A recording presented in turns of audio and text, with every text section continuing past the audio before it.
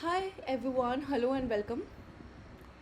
So hopefully all are doing good. In this video, we'll be discussing about a recent report that was recently released by in relation to the teacher education. NCT से related ये report है. And you can see the department related Parliament Standing Committee on Education, Women, Children, Youth and Sports कि ये report है that is based upon the review of functioning of NCTE and its initiatives that are taken to support the training of teachers in light of NEP 2020's thrust on capacity building of teachers. So NEP 2020 में काफ़ी सारे recommendations आए थे with relation to the field of teacher education और उनसे क्या अभी what is the status quo, what is the future prospectives, वो सारी चीज़ों के बारे में हम आज डिस्कस करेंगे. इस रिपोर्ट में ये सारी चीज़ें डिस्कस करी गई है. So this report has around 89 pages. आज हम लोग half of it I will show you the contents. So this is the entire content. Composition of the committee, introduction, acronyms, report, observation or recommendation committee at glance of the committee at glance and the minutes of the report. Everything is given here. So आज के session में हम लोग report तक थोड़ा discuss करेंगे, उसके बारे में थोड़ा जानेंगे एंड आगे के सेशन में हम लोग ऑब्जर्वेशंस और रिकमेंडेशंस को भी देखेंगे because these are very important. So to start with what is the composition of this committee. ये कमेटी बनी कब थी? So this committee was constituted on 26 September 2024, यानी कि अराउंड एक साल पहले की 11 months और सो. एंड ये आया है, प्रेजेंट किया गया है ऑन 8 August 2025, यानी कि बहुत ही रिसेंट ये काम हुआ है. सो अगर कॉम्पोजिशन की बात करें तो चेयरमैन का नाम थोड़ा ध्यान में रखने की कोशिश करेंगे हम, दैट इज़ श्री दिग्विजय सिंह. इसके अलावा Rajya Sabha members there were 10, Lok Sabha 31 and secretary total 4 थे. इंट्रोडक्शन की अगर हम बात करें तो बेसिक सी बात कही गई है कि NEP 2020 के अकॉर्डिंगली जो NCT से रिलेटेड या फिर teacher education in the country से रिलेटेड जो काम हुए हैं उसके बारे में हम इस रिपोर्ट में बात करेंगे. उससे रिकमेंडेशंस एंड उनकी लिमिटेशंस, उन सारी चीज़ों को हम डिस्कस करेंगे. Now coming to the acronyms part. ये एक्रोनिम काफ़ी ज़्यादा इंपॉर्टेंट है. क्यों? क्योंकि यहाँ से आपके क्वेश्चंस बन जाते हैं, वेदर इट इज़ सेट और नेट एग्ज़ाम. एक्रोनिम से क्वेश्चन बन जाते हैं and most of the time students को ये डाउट रहता है कि मैम हम एक्रोनिम्स कहाँ से पढ़े, क्योंकि इतने सारे फुल फॉर्म्स हम कहाँ से देखें. So most of the time ऐसे जो पॉलिसी ड्राफ्ट या रिपोर्ट्स आती है वहीं से आपके एक्रोनिम्स उठा के सीधा क्वेश्चंस में आ जाते हैं. सो NEP 2020 की भी अगर हम बात करें तो उस रिपोर्ट में भी एक्रोनिम आपको लास्ट में दिख जाएगा. Then the recent NCF 2021 2020 sorry NCF 2022 2023 जो टीचर एजुकेशन, स्कूल एजुकेशन और फाउंडेशन स्टेज से रिलेटेड जो आपके NCF भी रिसेंटली आए हैं लास्ट 2 years में, उनसे भी एक्रोनिम आपको उनकी भी पॉलिसीज़ में या फिर उनके भी रिपोर्ट्स में दिख जाएंगी. तो इन सारे एरिया से या फिर इन सारे ड्राफ्ट से, रिपोर्ट से आप अपने एक्रोनिम्स वाला जो क्वेश्चन है उसको कवर कर सकते हो. एंड सब में मोर और लेस सेम ही दिया हुआ है. सी ABC, that is Academic Bank of Credit, we have already learned about it. Then BIDE, BRC, CBCS, CBSE, ये सारी ही एजुकेशन फील्ड से रिलेटेड एक्रोनिम्स है जिनको आपको पता रखना होगा बिकॉज यहाँ से आपके क्वेश्चंस बन जाते हैं. ओके, सो कुछ यहाँ पे अल्फ़ाबेटिकल ऑर्डर में एक्रोनिम्स दिए गए हैं, इनको आप प्लीज़ गो थ्रू कीजिएगा, पढ़ के जाना, क्योंकि यहाँ से आपके क्वेश्चंस बनते रहते हैं. Now starting with the report, थोड़े एजुकेशन के बारे में यहाँ पे बताया गया है. पूरे 89 पेजेस मैंने आप लोगों के लिए थोड़ा समराइज़ करने की कोशिश करी है. जो मेन पॉइंट्स हैं उनको ही हम आज डिस्कस करेंगे.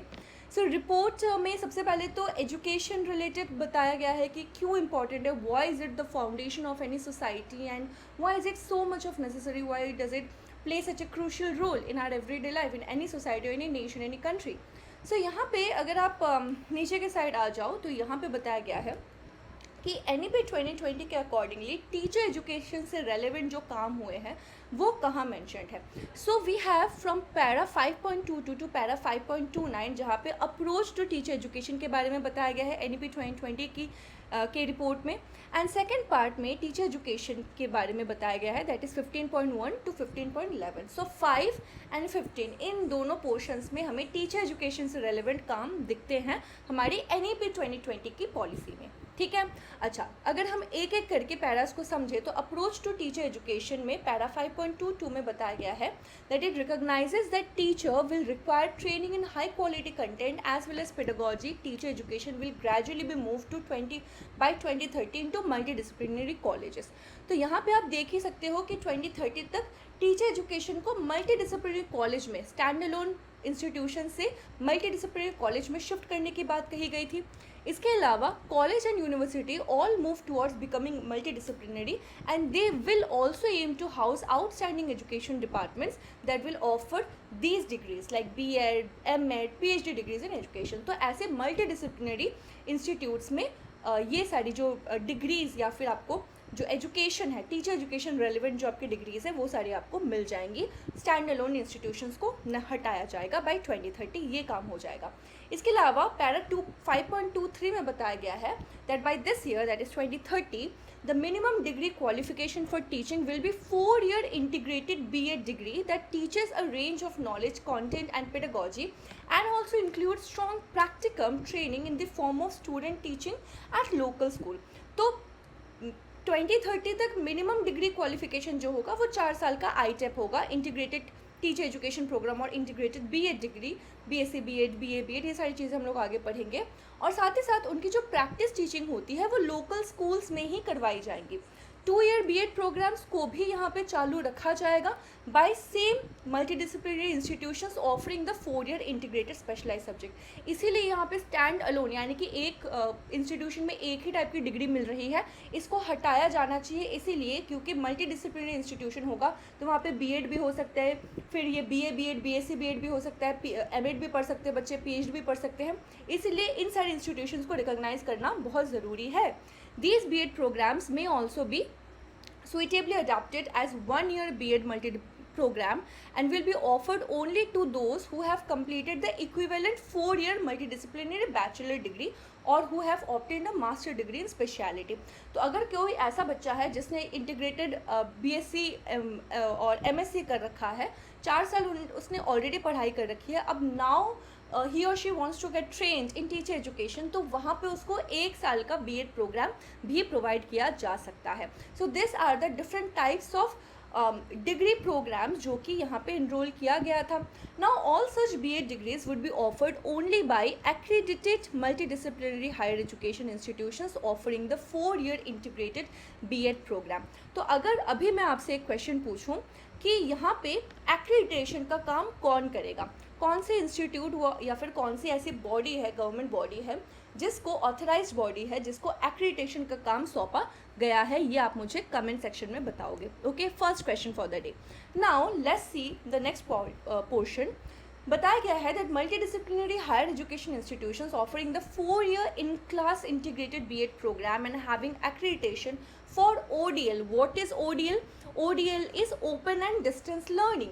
may also offer high quality B.Ed program. तो अभी B.Ed जो है वो सिर्फ और सिर्फ फेस टू फेस इंटरेक्शन तक ही सीमित नहीं रखेंगे. हम distance learning, open and distance learning या फिर ब्लेंडेड लर्निंग के माध्यम से भी इस डिग्री को प्रोवाइड कर सकते हैं. टीचर्स को टीचर ट्रेनिंग दे सकते हैं. इन सर्विस टीचर्स भी इन सारे पॉइंट्स का लाभ उठा सकते हैं. तो ये पॉइंट भी यहाँ पे ऐड ऑन किया गया था.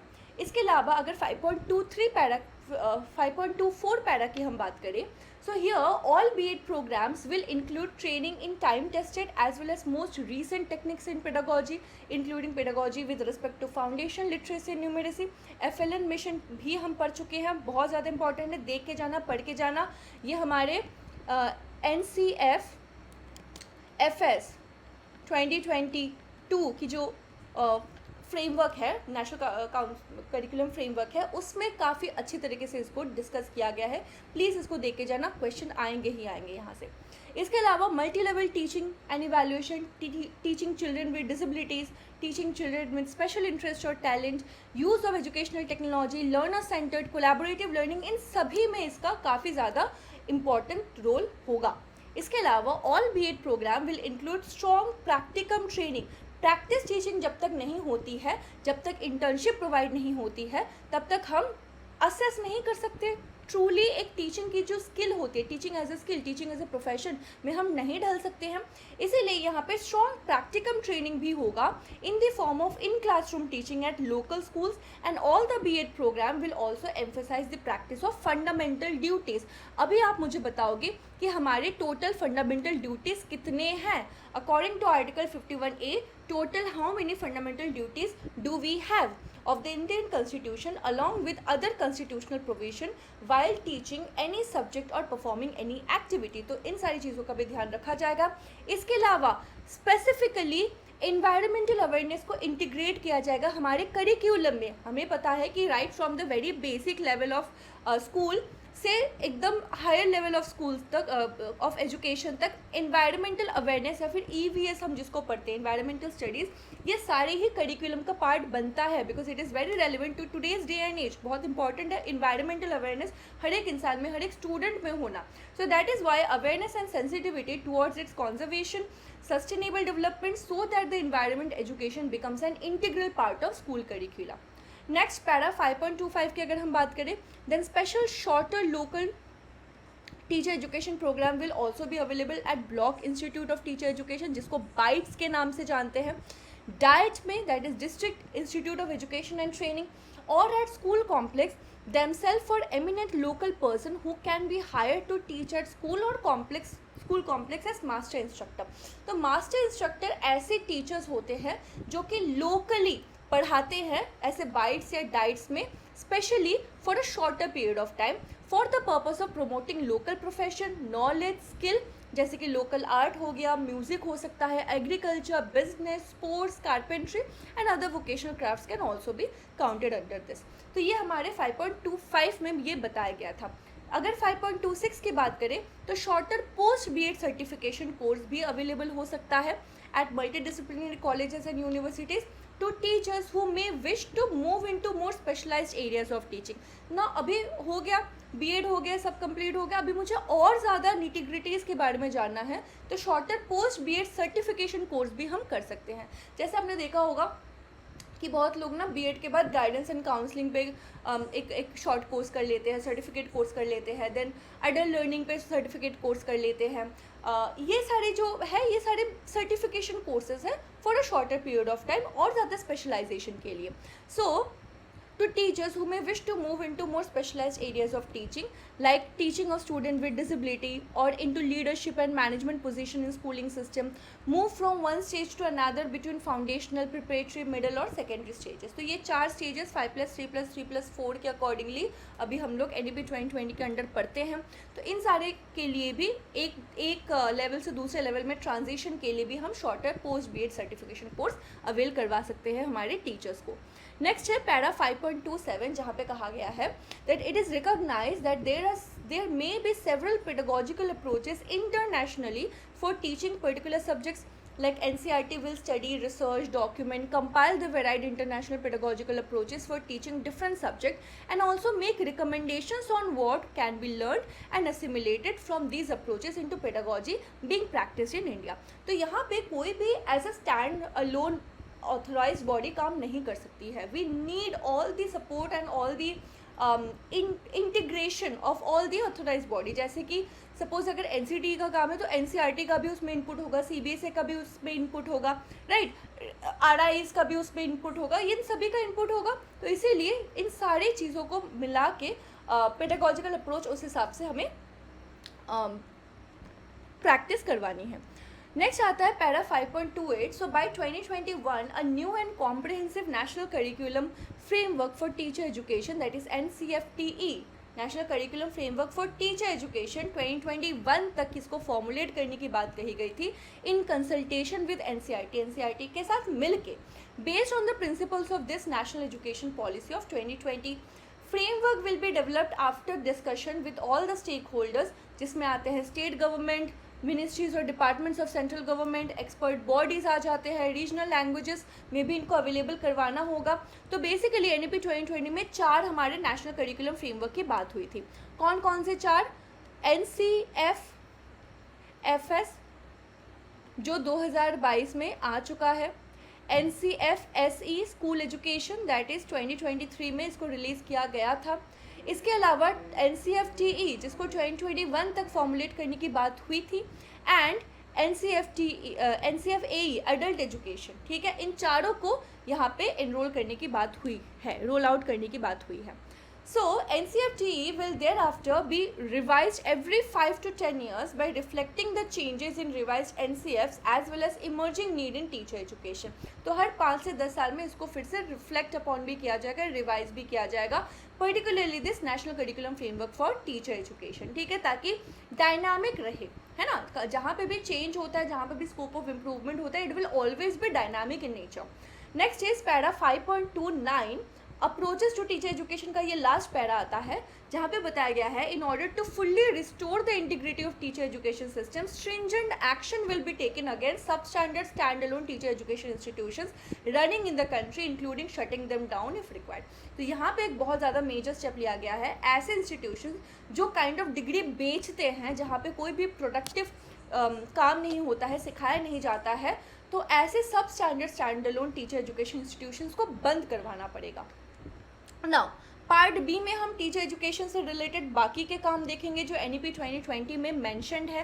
तो पहला है पैरा 15.1 में, यहाँ पे बताया गया है that teachers must be grounded in Indian values, language, knowledge, ethos, tradition including tribal tradition and also will be very well versed in the latest advances in education and pedagogy. यानी कि school teachers को इतने तैयार कर दो कि जो भी लेटेस्ट एडिशंस है, अपने सब्जेक्ट नॉलेज वगैरह तो उनको पता ही, अपने प्रोफेशनल जो इंक्लूजन्स है, इम्प्लीकेशंस, उनको तो उनको पता ही होना चाहिए. इसके अलावा जो लेटेस्ट इंक्लूजन्स है वहाँ पे भी वो वेल वर्स्ड होने चाहिए. इतने ज़्यादा प्रिपेयर्ड उनको करवा दो. Teacher preparation is very important. Para 15.2 में कहा गया है again from the justice Verma commission 2012, जिसमें हम पढ़ते हैं high power commission report that was constituted by the supreme court. यहाँ पे बताया गया था कि देश में अराउंड 10,000 से भी ज़्यादा, मोर देन 10,000 ऐसे stand alone teacher education institutions है जो कि सही में टीचर एजुकेशन प्रोवाइड कर ही नहीं पा रहा है, काइंड ऑफ डिग्री को वो सेल कर रहा है, बेच रहे हैं डिग्री. इनको बंद करवाना चाहिए. Regulatory efforts so far have neither been able to curb the malpractice in the system nor enforce basic standards for quality. ना तो वो क्वालिटी शिक्षा दे रहे हैं, सिर्फ और सिर्फ यहाँ पे क्या हो रहा है, डिग्री की बिक्री हो रही है. So in fact have a negative effect of curbing the growth of excellence and innovation in sector, and that is why regulatory system यहाँ पे regulation बहुत ज़्यादा important है. There is urgent need of revitalization through radical action in order to raise the standards and restore integrity, credibility, efficacy and high quality to the teacher education system. तो ये आता है हमारे पैरा 15.2 में.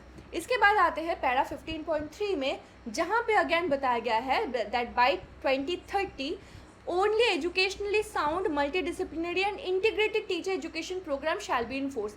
ऐसे सारे stand alone teacher education institutions को बंद करवा देंगे.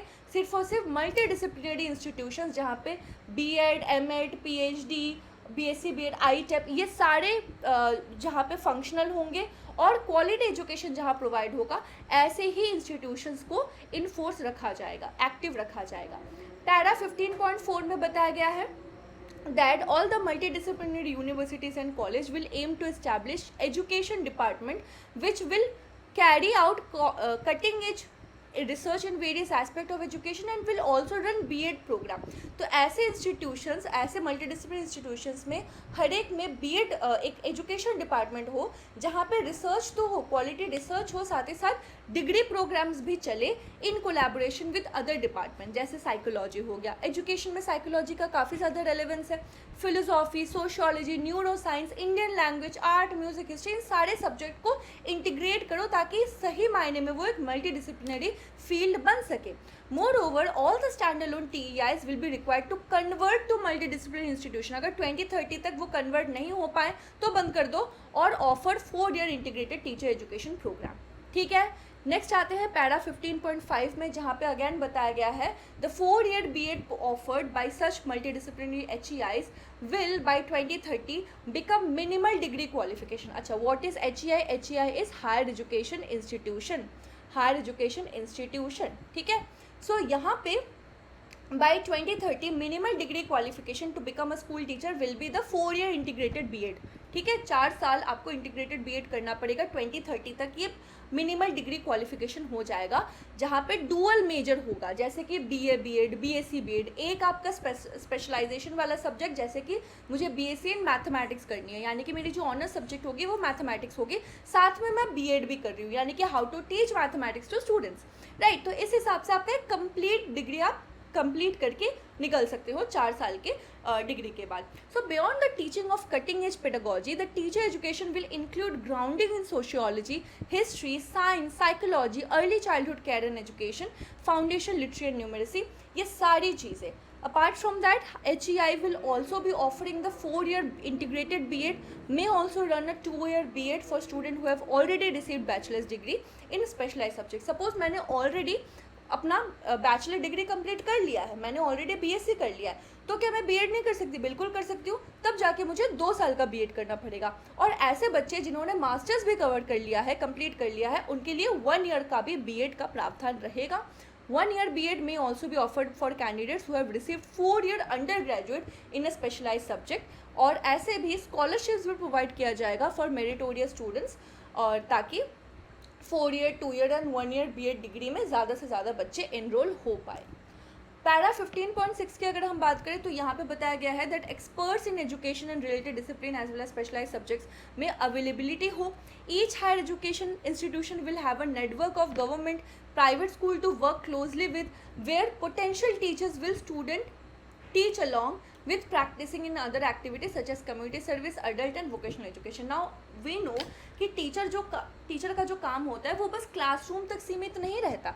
टीचर का काम जो होगा वो सोसाइटी में भी, कम्युनिटी सर्विस में भी, अडल्ट ट्रेनिंग में, वोकेशनल एजुकेशन में, हर चीज़ में उनका काफ़ी ज़्यादा रोल होता है ना, उनका इन्वॉल्वमेंट हर चीज़ में होता है। तो इसीलिए उनको इतना सक्षम बनाओ, इतना स्पेशलाइज सब्जेक्ट में इतना नॉलेज दो, ताकि वो इन सारे स्टेक होल्डर्स के साथ भी काम कर पाए।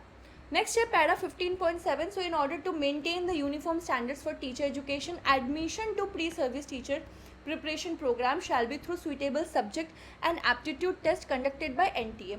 तो अभी यहाँ पे टीचर एजुकेशन में जो एडमिशन होगा, प्री सर्विस टीचर प्रिपरेशन में एडमिशन जो होगा वो कौन लेगा, तो उस एडमिशन प्रोसीड्योर को रेगुलराइज करने के लिए एनटीए को ये कार्यभार दिया गया है, नेशनल टेस्टिंग एजेंसी को, कि वो एक एंट्रेंस एग्जाम लेंगे, कंडक्ट करेंगे all throughout the country.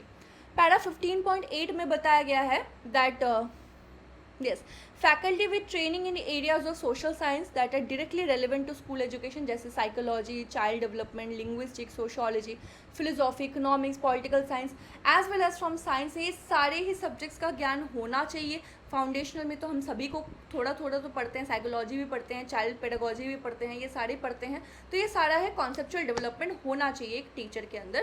Para 15.9 बहुत इंपॉर्टेंट है, यहाँ पे पीएचडी एंट्रेंस के लिए भी बताया गया है दैट इररेस्पेक्टिव ऑफ डिसिप्लिन सभी को credit based courses in teaching, education, pedagogy और राइटिंग को लेना ही पड़ेगा। हर एक पीएचडी कैंडिडेट को टीचिंग असिस्टेंटशिप भी करनी पड़ेगी। 15.10 में बताया गया है that in service continuous professional development of college and university teacher will continue through the existing institutional arrangement। जैसा चल रहा है in service continuous professional development that is CPD, वैसा चलता रहेगा। और इसमें किन सारी चीज़ों का यूज़ होगा, जैसे कि स्वयं हो गया, दीक्षा हो गया, for online training of teachers, इन सबको इनक्रेज किया जाएगा ताकि ये सारे और ज़्यादा यूटिलाइज हो पाए, शॉर्ट स्पैन ऑफ टाइम में ये सारी ट्रेनिंग इनसे कंप्लीट हो जाए। 15.11 में बताया गया है NMM that is national mission for mentoring. Again this is also very important, यहाँ से आपके क्वेश्चन बन सकते हैं। जो भी आपको नए एक्रोनिम्स दिख रहे हैं प्लीज़ उनको मेजरली नोट डाउन कीजिएगा, ऐसे क्वेश्चंस आपके आ जाते हैं। So NMM that is national mission for mentoring में बताया गया है that with a large pool of outstanding senior और retired faculty including those with the ability to teach in Indian languages who would be willing to provide short and long term mentoring, उनको भी college या university में as teachers support के लिए बुलाया जा सकता है। Now coming to the next part that is national council for teacher education and its functioning. तो यहाँ पे कुछ पढ़ाने का, नए तरीके से समझाने का कुछ नहीं है, यहाँ पे सिंपल तरीके से NCTE के काम दी गई है। बट यहाँ पे एक मेजर है सेक्शन 12, याद रखिएगा, यहाँ पे आपके जो प्रोविजंस है वो सेक्शन 12 के अंदर दिया गया है अंडर द 1993 एक्ट। तो आप मुझे बताओ NCTE जो है वो एक कैसी बॉडी है, क्या ये एक स्टैट्यूटरी बॉडी है या फिर एक ऑटोनोमस बॉडी है। आप मुझे बताना whether NCT is a statutory body or an autonomous body। ठीक है, कुछ फंक्शंस देख लेते हैं यहाँ पे। सबसे पहले तो undertake surveys and studies relating to various aspects of teacher education and also publish their result, make recommendation to the central and state government, university, grant commission, recognized institution, matter of preparation of suitable plan, program in the field of teacher education। so teacher education से relevant जितने recommendations होते हैं वो सारे government body, government officials या फिर authorise bodies के साथ मिल बैठ के उनके बारे में प्लान किया जाए, चर्चा किया जाए, नए प्रोग्राम्स इन रोल आउट किया जाए। Coordinate and monitor teacher education and its development in the country, lay down the guidelines in respect of minimum qualification। अभी देखा जैसे 2030 तक मिनिमम क्वालिफिकेशन क्या होगा, 4 years इंटीग्रेटेड प्रोग्राम, राइट। तो ऐसे मिनिमम क्वालिफिकेशन की जो गाइडलाइंस होती है उनको ले डाउन करना, ठीक है, मॉनिटर करना कि कैसे किस इंस्टीट्यूशन में किस तरीके से काम चल रहा है, lay down norms for any specified category of course और ट्रेनिंग इन टीचर एजुकेशन। जैसे कि अभी बताया जाता है कि बीएड के बाद क्या करे, एमए इन एजुकेशन करे कि एमएड इन एजुकेशन करे, कौन सा डिग्री करोगे, कौन सा कोर्स करोगे, तो आगे चल के आपके करियर में किस तरीके से आप क्या प्रोफेशन में जा सकते हो। तो उस तरीके से आपको नॉर्म सेट करना, रूल सेट करना, ये भी एनसीटी का काम होगा। Any kind of decision related to the teacher education field, everything is taken by NCT. Next is lay down standards in respect of examination leading to teacher education qualification. जैसे CTET हो गया, तो CTET में कैसे किस type के syllabus आनी चाहिए, क्या टॉपिक्स आने चाहिए, फिर उसकी मिनिमम क्वालिफिकेशन क्या होगा टू क्वालिफाई द एग्जामिनेशन, ठीक है। एग्जामिनेशन क्वालिफाई करके आप क्या करोगे, उसका सिग्निफिकेंस क्या है, ये सारी चीज़ें भी इसका रेलेवेंस आता है। Promote and conduct innovation and research in various areas of teacher education, disseminate the results, examine and review periodically the implementation of norm guidelines standards laid down by the council। तो actually में काम हो रहा है ground level पे, किस तरीके से काम चल रहा है, इसका भी इंस्पेक्शन करना।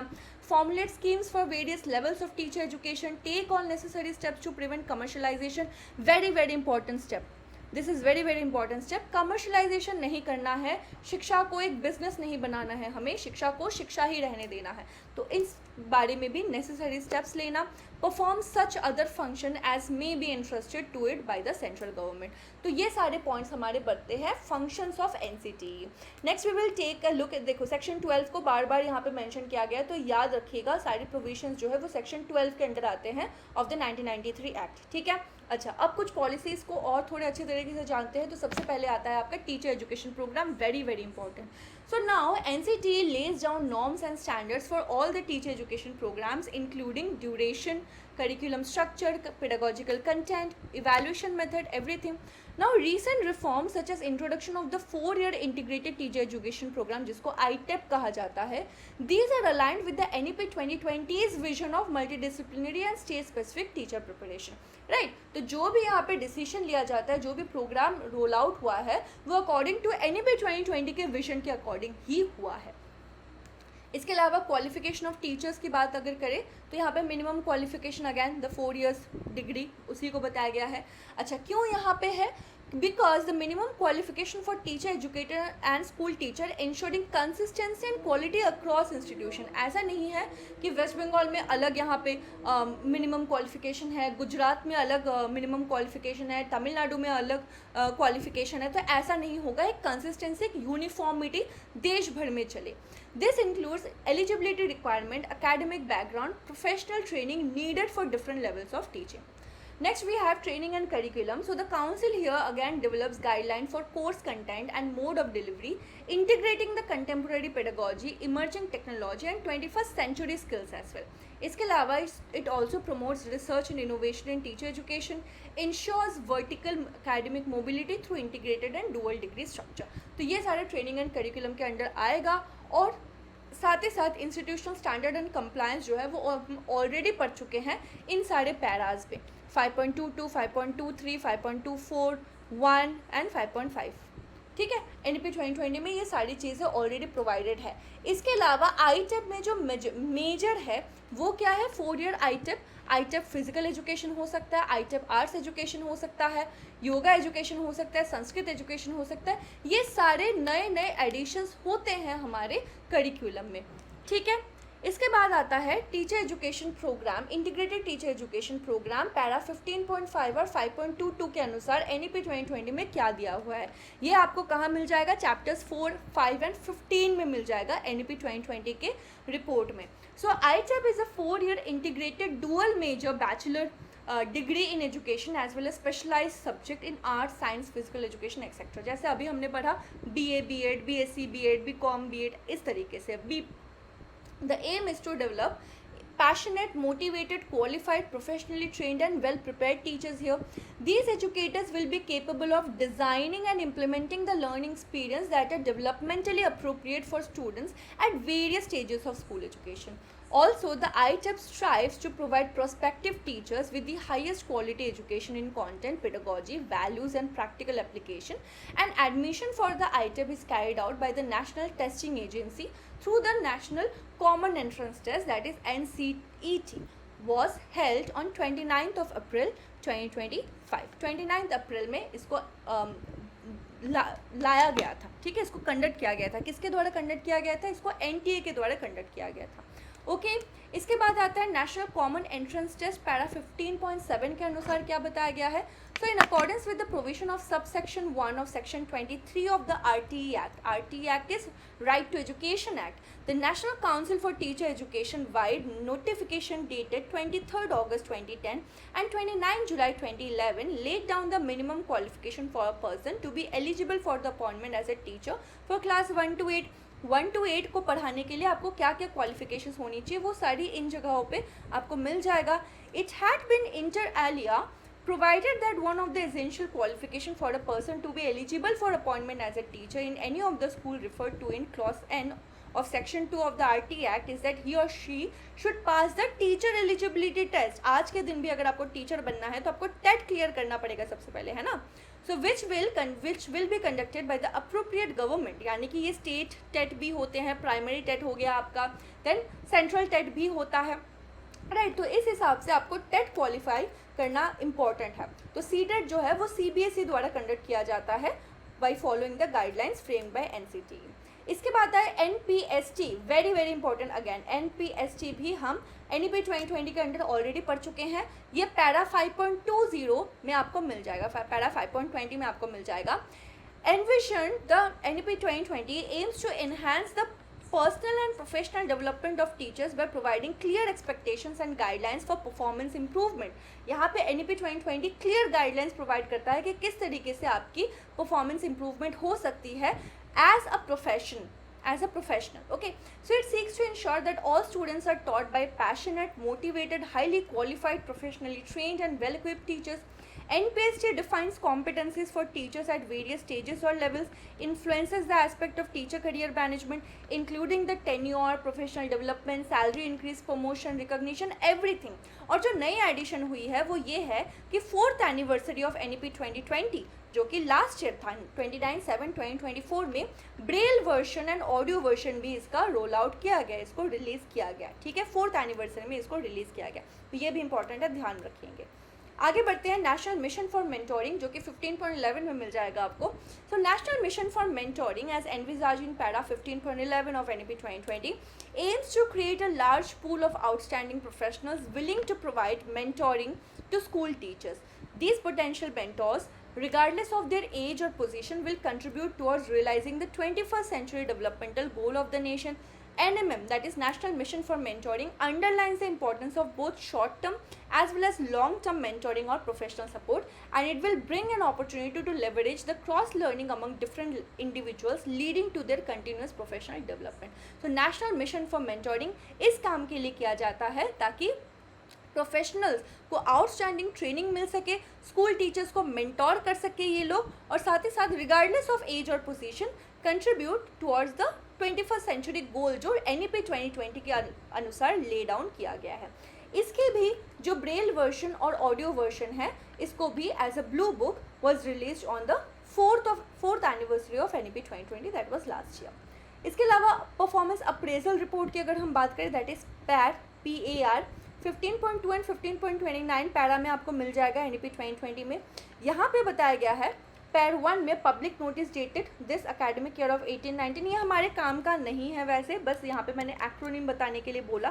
परफॉर्मेंस अप्रेजल रिपोर्ट जो है इट स्टैंड्स फॉर पैर, और ये टीचर एजुकेशन इंस्टीट्यूशंस में, सारे टीचर एजुकेशन इंस्टीट्यूशंस में काम यूज़फुल होगा।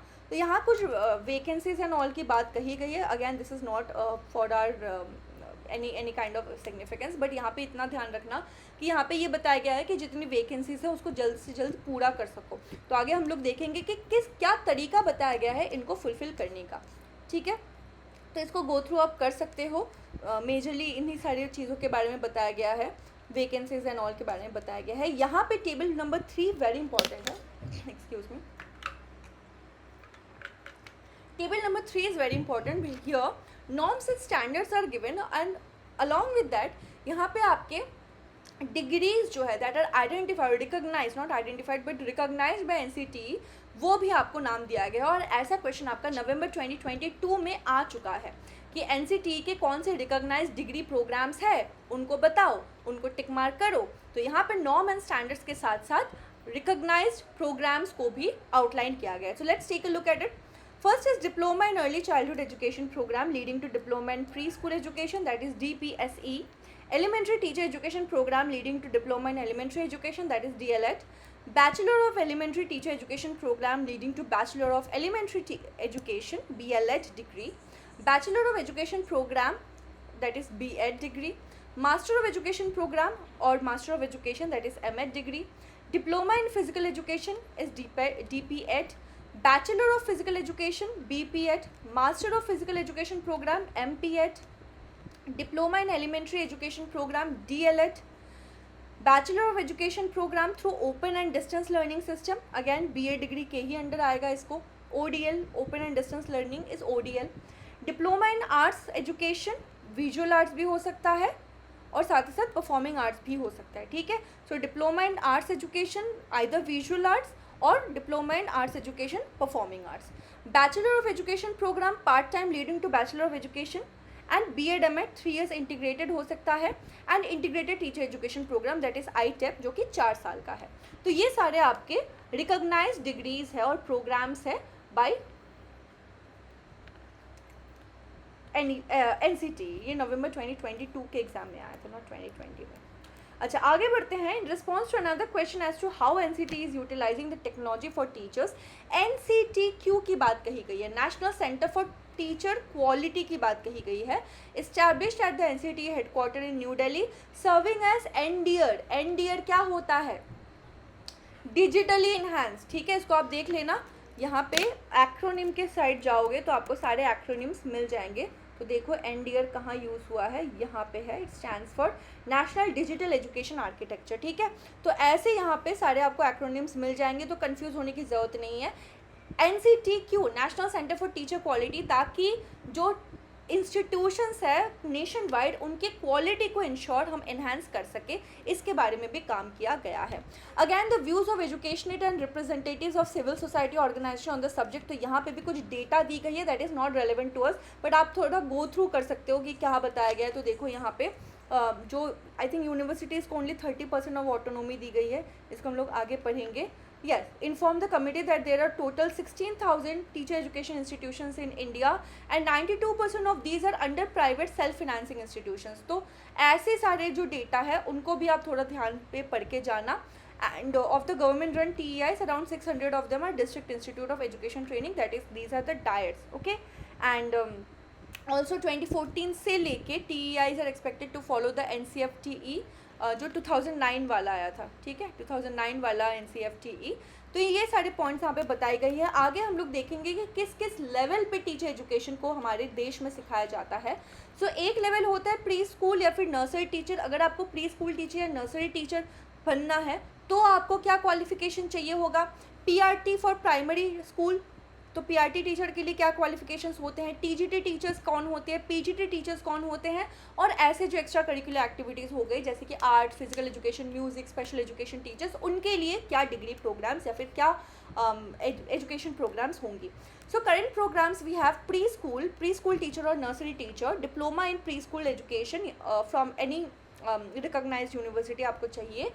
+2 दैट इज क्लास 12 तक एलिजिबिलिटी है, प्री स्कूल लेवल पे आप पढ़ा सकते हो। 1 to 5 पे अगर आपको पढ़ाना है तो आप PRT टीचर कहलाओगे, यहाँ पे आपको DLED मस्ट है, ठीक है। और +2 अगेन क्लास 12 तक आपको पढ़ा सकते हो आप। इसके अलावा हाँ, प्री स्कूल प्लस 1 2 3 4 5 सबको आप पढ़ा सकते हो एज अ प्राइमरी और PRT टीचर। इसके बाद आते हैं 6 to 10, जहाँ पे जिसको TGT ट्रेंड ग्रेजुएट टीचर कहा जाता है, क्लास 8 to 10 में आप पढ़ा सकते हो एज अ सब्जेक्ट टीचर, ठीक है।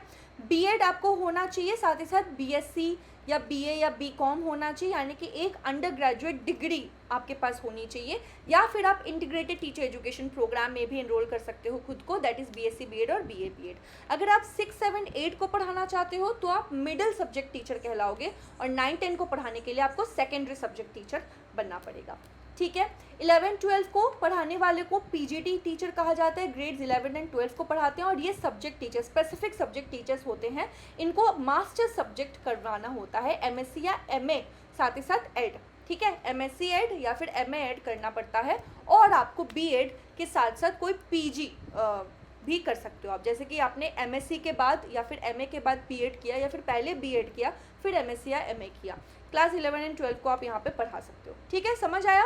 ऐसा कोई नहीं है, क्रोनोलॉजी नहीं है कि आपको बैचलर्स के बाद पहले MSc ही करना पड़ेगा फिर आप B.Ed कर सकते हो, ऐसा नहीं है, ठीक है।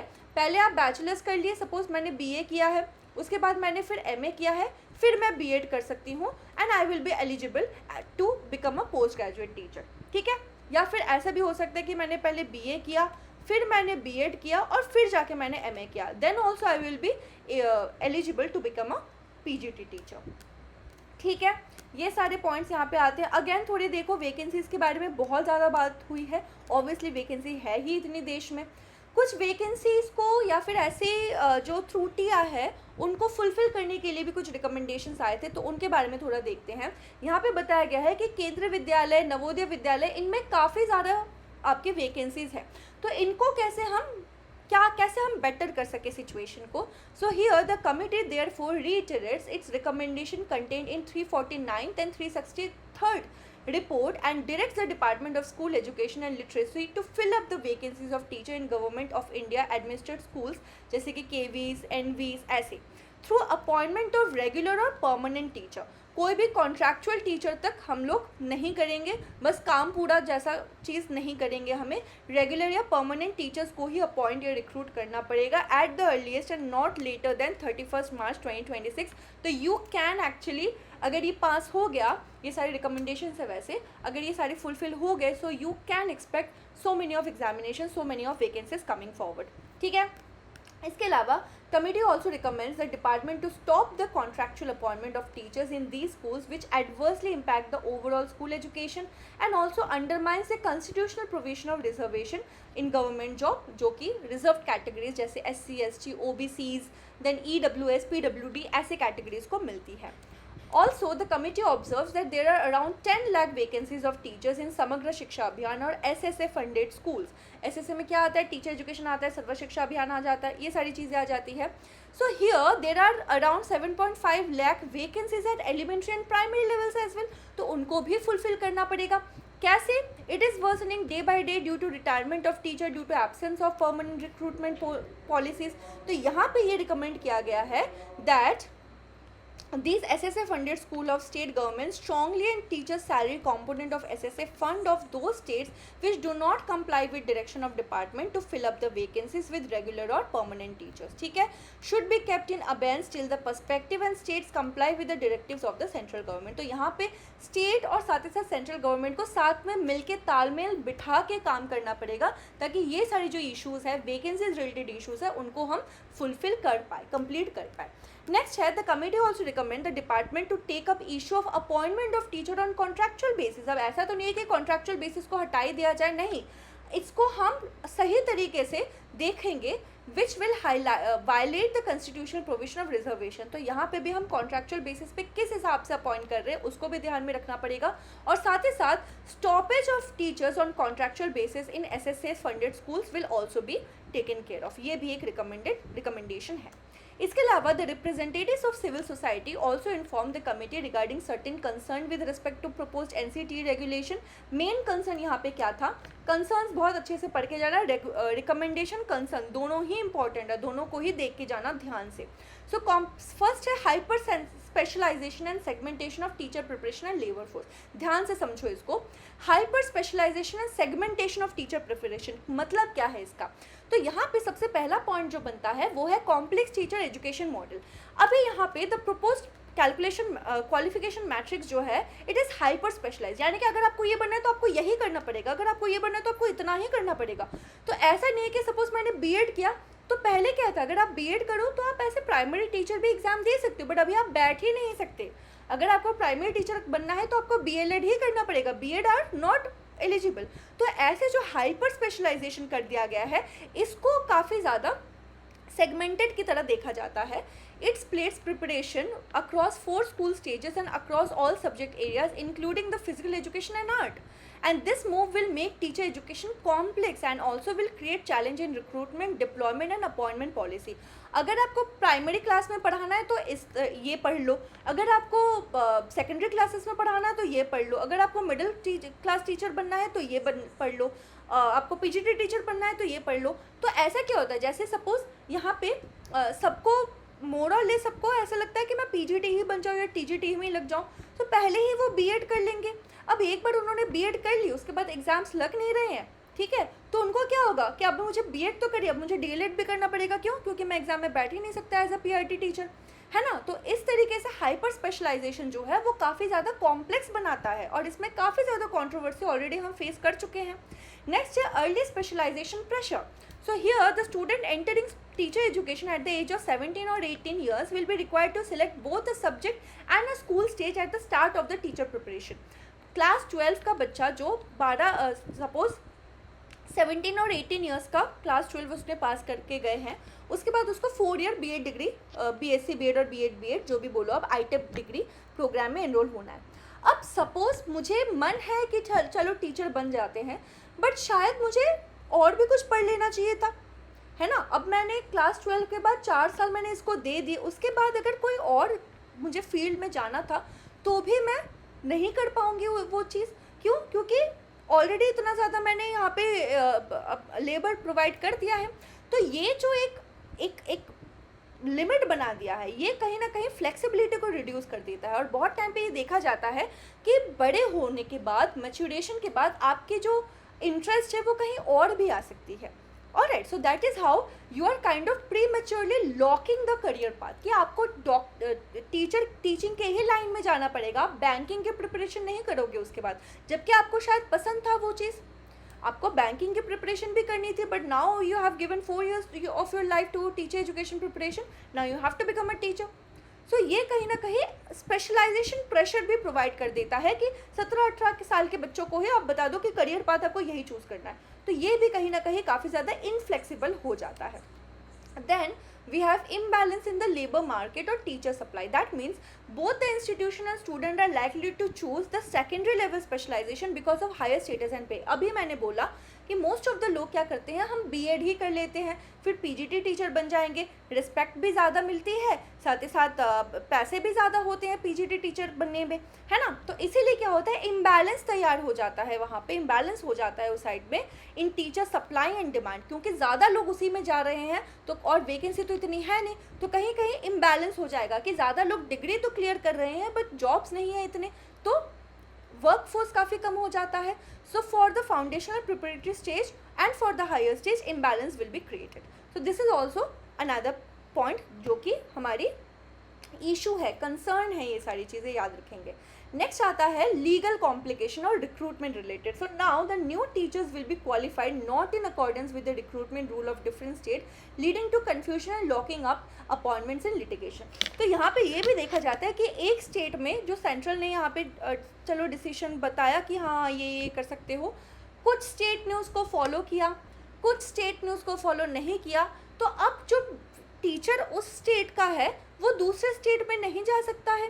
क्यों? क्योंकि वहाँ पे वो फॉलो नहीं हुई है। अब उसकी जो क्वालिफिकेशन है वो इस स्टेट के अनुसार है, वो उस स्टेट के अनुसार नहीं हो रही। तो जब तक यूनिफॉर्मिटी नहीं लाओगे तो ये चीज़ तो इशू रहेगा, है ना, रिक्रूटमेंट में ही काफ़ी इशू रह जाएंगे.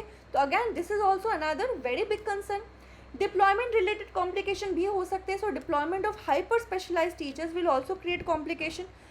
2, इनफ्लेक्सिबिलिटी इन डिप्लॉयमेंट, साथ ही साथ access requirement of teachers as well. Given subject specialization preparatory stage and stage specialization in areas like physical education, art and craft education, जहाँ पे कम बच्चे हैं बट वहाँ पे भी आप ऐसे टीचर्स को प्रोवाइड करें, सो वो डिप्लॉयमेंट रिलेटेड इशू हो जाएंगे. ऐसे एरिया जहाँ पे बहुत सारे बच्चे हैं ये सारे सब्जेक्ट सीखने के लिए, बट वहाँ पे टीचर्स उस हिसाब से नहीं है, वैकेंसी उस हिसाब से नहीं निकल पा रही है, तो हाइपर स्पेशलाइज टीचर्स का डिप्लॉयमेंट भी काफ़ी ज़्यादा कंसर्निंग होता है. इसके अलावा रिजिड सिस्टम भी तैयार होगा इससे. कैसे? Teachers will be restricted to teaching specific class और subject. For example, teacher for class 2 can not teach class 3. Science teacher in class 3 and 5 can not teach class 6 unless they acquire additional training. अब देखो, हम तो foundational stage के teacher थे, हम तो middle school teacher नहीं बन सकते हैं. क्यों? क्योंकि हमारे पास स्पेशल ट्रेनिंग नहीं है. Although I have the subject knowledge but I can not teach this classes. क्यों? क्योंकि I do not have that certificate. So इस तरीके से काफ़ी रिजिड सिस्टम बन जाता है. So this will inflate credential demand and create opportunities for misuse as well. Next आता है silos within the teacher education. Now silos पे एक बहुत अच्छी सी बुक है, नो सिलोस करके, लर्निंग द NEP वे करके एक बुक है. मुझे ऑथर का नाम अभी तो याद नहीं आ रहा है, but she was the previous chairman of CBSE, ex chairman of CBSE थी.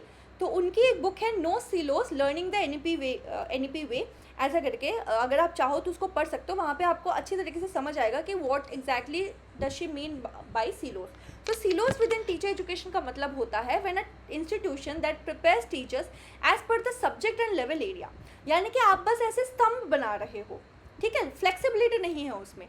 सो here the teacher will be prepared in silos and और silos and not interact with other kind of teacher. तो सपोज मैं जो class 5 की teacher हूँ, मैं class 5 तक ही सीमित रहूँगी. क्लास 12 के टीचर्स के साथ मेरा कोई इंटरेक्शन नहीं है. तो ये जो होता है वो साइलोस होता है. So silos within teacher education is also very big concern. So इसीलिए नो साइलोस की भी बात यहाँ पे कही जाती है. नेक्स्ट आता है more institution and teacher educator required. So many more institution catering to a range of subject and level, many more teacher educator with a different set of qualification and expertise will be needed across the stages. Currently only 6.13% of the existing teacher education institution offer the MEd program and the geographic spread is very uneven here. Next आता है not aligned with NEP. अगर NEP से aligned ही नहीं है तो NEP की जो goals है उसको fulfill कैसे करेंगे. So here NEP 2020 encourages professional flexibility and integration. और अगर हमने rigid system बना दिया then how will it be possible? Not possible. So that is how whatever recommendations that we are giving, whatever decisions that we are taking, it should be in accordance with the NEP guidelines. Next are not aligned with global best practice for the nature of TE practice or teacher education practice. So global practice के according भी अगर नहीं बनता है, then also to prepare the teachers in broader bands for pre-primary, primary and secondary, not in narrow rigid stages, the teacher will benefit from broader understanding of child development and becoming adaptive expert rather than narrow stage specificity. ठीक है, तो ये सारे points आते हैं हमारे concern related. Now next concern क्या आता है? The new regulation prescribe curriculum for teacher education program leaving only about 30% for universities to adopt. तो यहाँ पे काफ़ी कम पोर्शन है ये. कैसे? Moves toward centralisation. This marks a shift toward standardisation which will not meet local need. तो अगर सेंट्रलाइजेशन होगा तो लोकल नीड को यहाँ पे इतना ज़्यादा इम्पोर्टेंस नहीं दिया जाएगा क्योंकि सेंट्रली इसको डिसीजन लिया गया है. तो लोकल नीड्स को फुलफिल करना मुश्किल हो जाएगा यहाँ पे. This is one concern. Next, it undermines the role and strength of university as well. अब यूनिवर्सिटी एक ऑलरेडी एक मल्टी डिसिप्लिनरी इंस्टीट्यूशन होता है. यहाँ पे आप मास्टर डिग्री प्रोग्राम भी होता है, PhD डिग्री प्रोग्राम होता है, रिसर्च होता है. All of these things are happening in case of an university. So here the curriculum development is a core academic function of university which have established structure and system in place such as academic counseling and school board. जहाँ पे to plan, to review, to revise the curriculum, ये सारे काम होते हैं. अगर university का इतना योगदान ही नहीं होगा तो ये सारे काम भी काफ़ी स्थगित हो जाएंगे, काफ़ी rigid हो जाएंगे. So also the multidisciplinary expertise that a university can bring into curriculum design will be lost entirely. तो ये ध्यान भी यहाँ पे रखना होगा. पूरा का पूरा सेंट्रलाइज करना सही नहीं होगा क्योंकि यूनिवर्सिटी का भी अडेप्टेशन इंपॉर्टेंट है.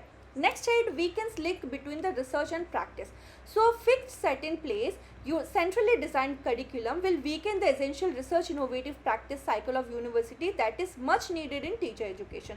तो अगर रिसर्च और प्रैक्टिस में एक लिंक नहीं होगा, क्लियर कट स्ट्रॉन्ग लिंक नहीं होगा, तो कहीं ना कहीं जहाँ पे इनोवेशन हो रहा है और प्रैक्टिस हो रहा है, इन दोनों का भी तालमेल जो है वो सही तरीके से नहीं बैठ पाएगा. So this is also very important in case of a teacher education institution.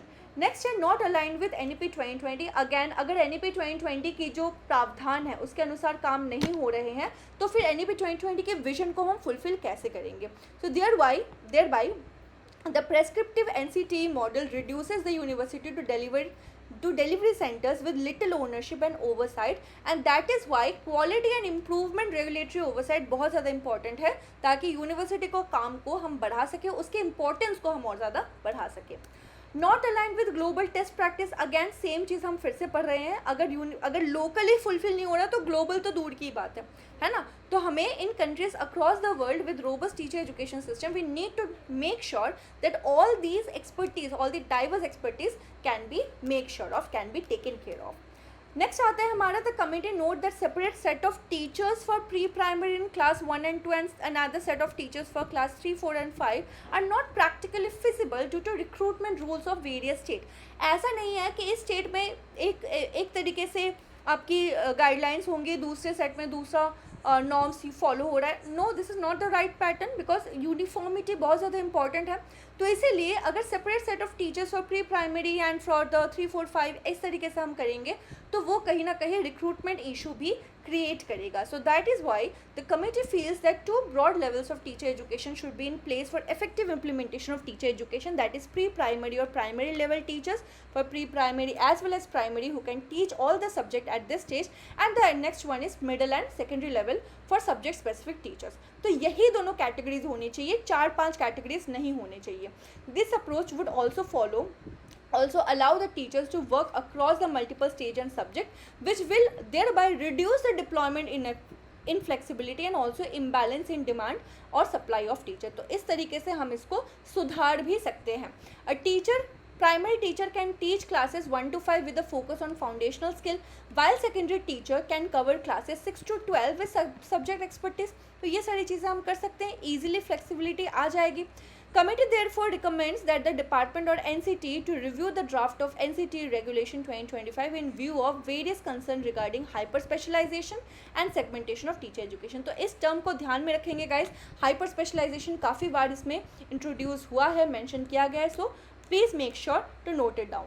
Next is the committee recommends the department or NCTE to allow staggered choice for students whereby the students can be allowed to choose their level of specialization later after completing the introductory course and field expertise. That will help them make informed choice based on their strength and interest. तो किस तरीके से क्या strength है, क्या interest है, उसके अनुसार हम एक learner decision हम लोग ले सके. So the department should also allow for both consecutive and concurrent models to thrive without making ITEP a prerequisite or mandatory condition. एकदम से ITEP को हम prerequisite नहीं बनाएंगे कि इसी के अनुसार चलना है. TEI should be permitted to apply for recognition to offer the ITEP at either level and also across a range of liberal discipline, and students should be allowed to enrol in a liberal programme of their choice. तो accordingly जिस हिसाब से वो सीखना चाहते हैं उसी हिसाब से कर दो. उनको ऐसे डिग्री रिलेटेड काम नहीं कर दो कि बस हाँ जॉब से रिलेटेड हमने डिग्री बना दी कि ये जॉब चाहिए तो ये डिग्री पढ़ लो. ऐसा काम हम नहीं करना चाहते हैं.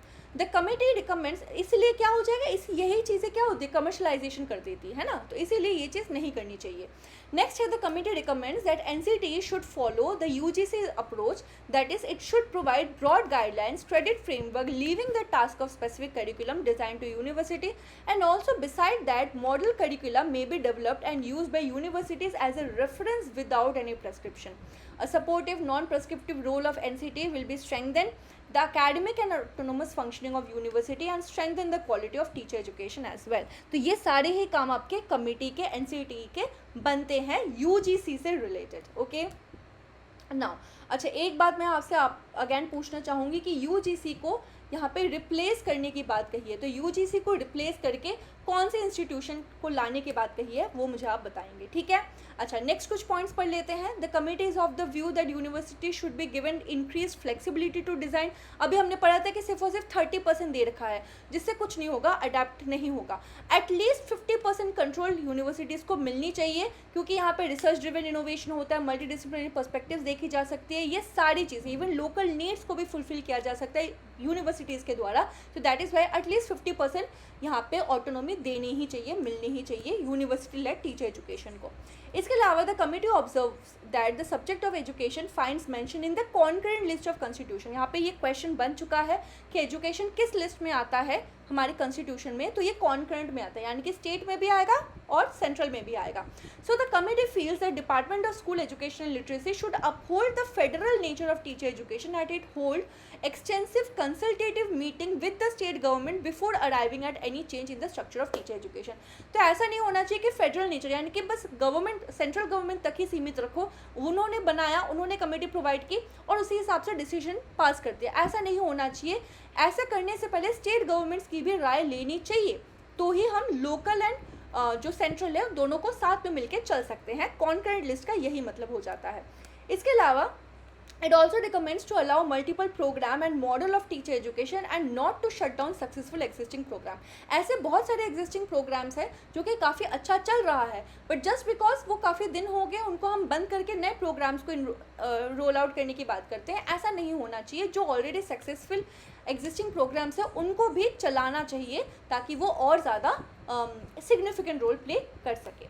नेक्स्ट और क्या रिकमेंडेशन है? So it also recommends the department और NCT to hold consultation with various stakeholders including the state government to review the NCT's draft regulation of 2025 and also align it with the recruitment rules of various states in order to avoid any litigation.